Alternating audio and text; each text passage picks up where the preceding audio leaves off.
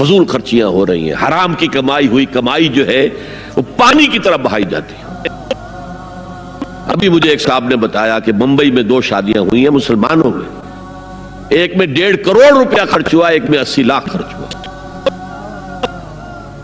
ہم نے وہاں اصلاحی تحریک شروع کی، ضیاء الحق صاحب نے بھی کوشش کی تھی، آرڈیننس پاس کیا تھا، لیکن یہ چیزیں قانون سے نہیں۔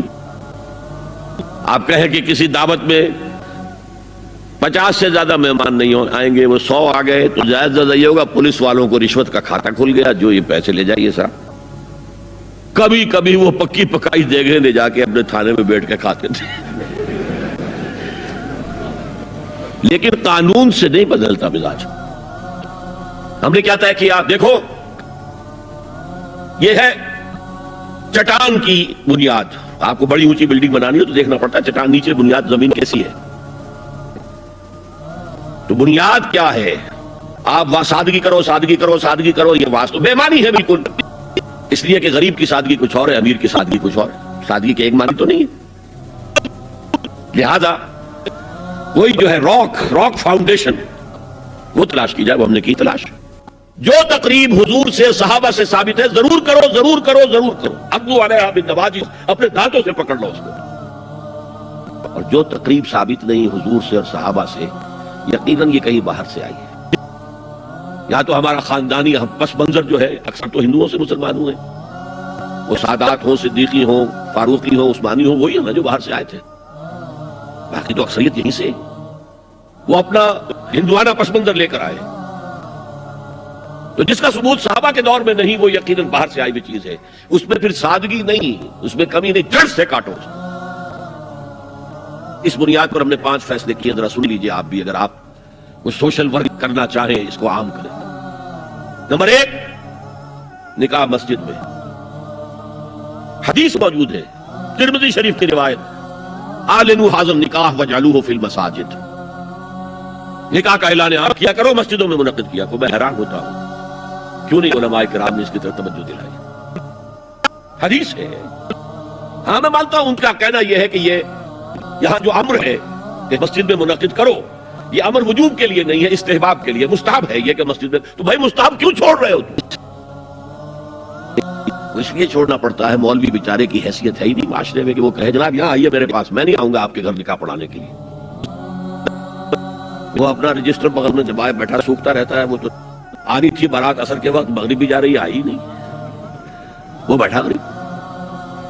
پہلے 20-30 روپے ملتے تھے، اب 200 300 400 ملتے ہیں، اور کیا ہے۔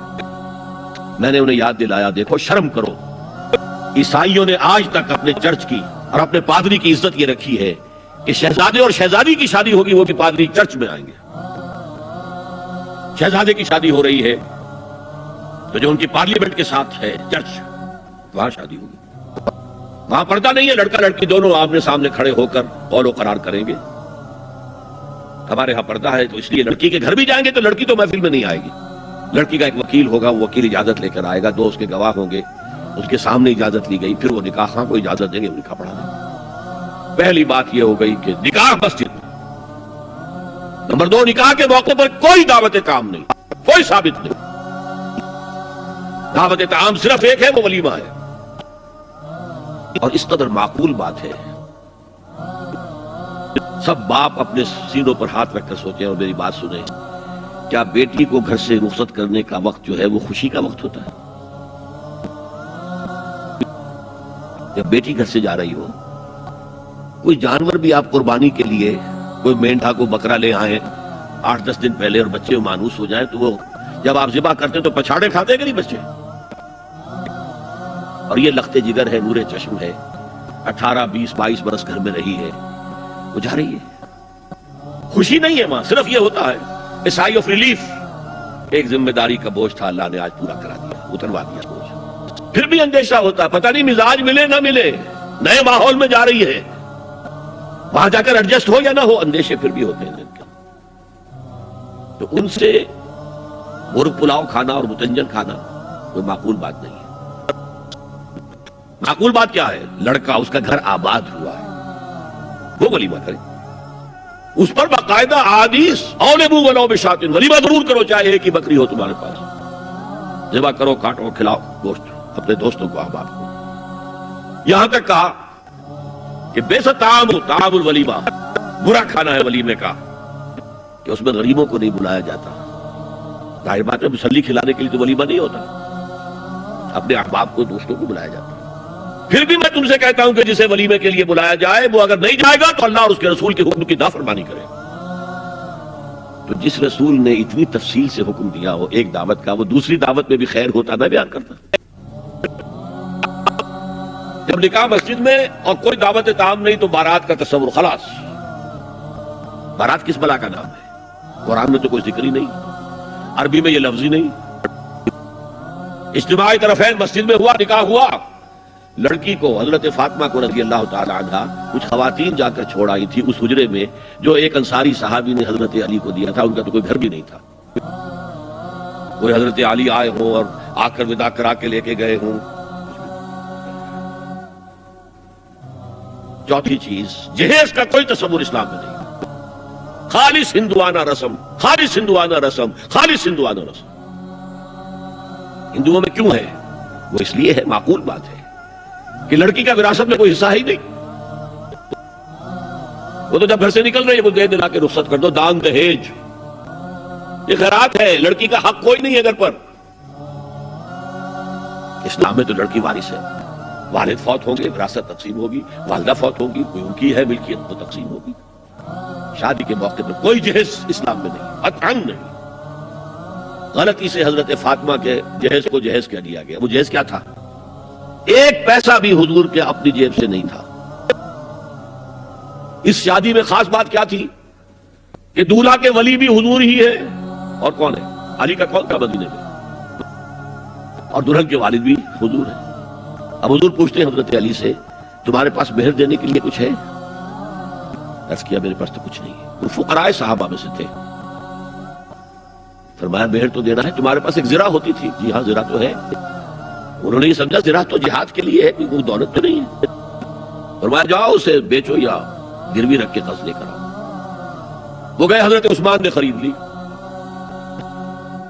اور کچھ دنوں کے بعد واپس کر دی ہدیۃً. یہ زرہ میں ہدیہ آپ کو کر رہا ہوں. اس وقت اگر کہتے چھوڑو علی، کہاں تو لو میں پیسے دے دیتا ہوں تمہیں، تو ان کی طبیعت پر بار ہوتا. اس پیسے سے حضور نے کچھ پیسے گھر بھیجے اندر، دلہن کو ذرا تیار کر دو.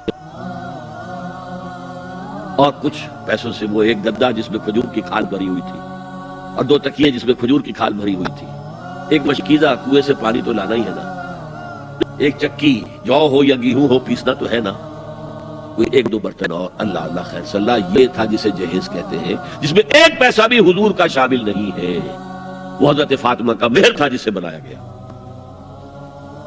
ورنہ مدینے ہی میں دوسری آپ کی صاحبزادی کا نکاح حضرت عثمان سے بھی ہوا. کہیں ذکر ہے جہیز کا؟ حضرت عثمان کا گھر بھرا ہوا، ہر چیزیں موجود، وہاں تو جہیز کا تذکرہ نہیں. بہرحال یہ شادی کو آسان کرو، زنا کو مشکل بناؤ. یہاں شادی کے لیے 9 من تیل ہوگا تو رادھا ناچے گی. ورنہ یہ کہ بڑی ہو رہی ہے، عمر ہو رہی ہے، سب کچھ ہو رہا ہے، لیکن کچھ تقاضے تو ہے نا. آخر کچھ تو کرنا ہوتا ہے نا. آخر کچھ نہ کچھ لوگوں کو تو کھانا کھلانا ہی ہوتا ہے نا. بارات تو آخر آئے گی ہی نا. کچھ نہ کچھ تو دینا ہی ہوگا. کچھ جوڑے کپڑے، کچھ. یہ اسلام کا فلسفہ جو میں نے 4-5 باتیں آپ کو بتا. فلسفہ یہ ہے کہ لڑکی کے باپ پر ایک پیسے کا بوجھ نہیں. انہوں نے لڑکی پال پوس کے تمہارے حوالے کر دیا. اور کیا چاہتے ہو تم؟ سارا مرد آزماں، مرد آفرین، مرد کو چیلنج دیا ہے. تم مرد ہو، مہر تم دو گے. اور سب سے بڑھ کر کیا ہو رہا ہے آج کل بھی ہوتا ہے، وہ ہمارے ایک کچھ کام ہوتے ہیں اسلامی، وہ بھی ہے کچھ وہی ہندوانہ پس منظر. نکاح کی محفل میں چھوارے کون لے کے آتا ہے؟ جی لڑکے والے. اور پلاؤ کن سے کھاتے ہیں؟ بھائی جس وقت تمہیں مرغ پلاؤ کھلا رہا ہے وہ چھوارے نہیں بانٹ سکتا تھا. یہ ہے اسلام اور غیر اسلام کا امتزاج. چھوارے لڑکے والے لے کر آئیں گے اور پھر دعوت اڑائیں گے لڑکی والوں کی طرف.